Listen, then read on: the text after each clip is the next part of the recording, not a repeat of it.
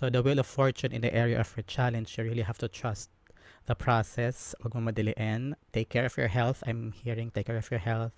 You need it para sa transformation mo na ito, sa pagbabago ng cycle mo na ito. So that would be the challenge for you. The Wheel of Fortune is being clarified by the Five of Swords. You trying to forget, your past and enjoying this new cycle, parang adventure sa life mo.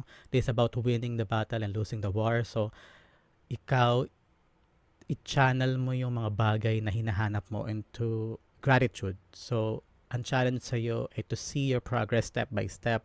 This is a new cycle, bagong pagbabago sa life mo.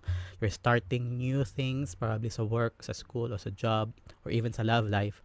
So, for you to start over again and enjoy every step of the way sa adventure mo na to, you should really, really make peace with the past.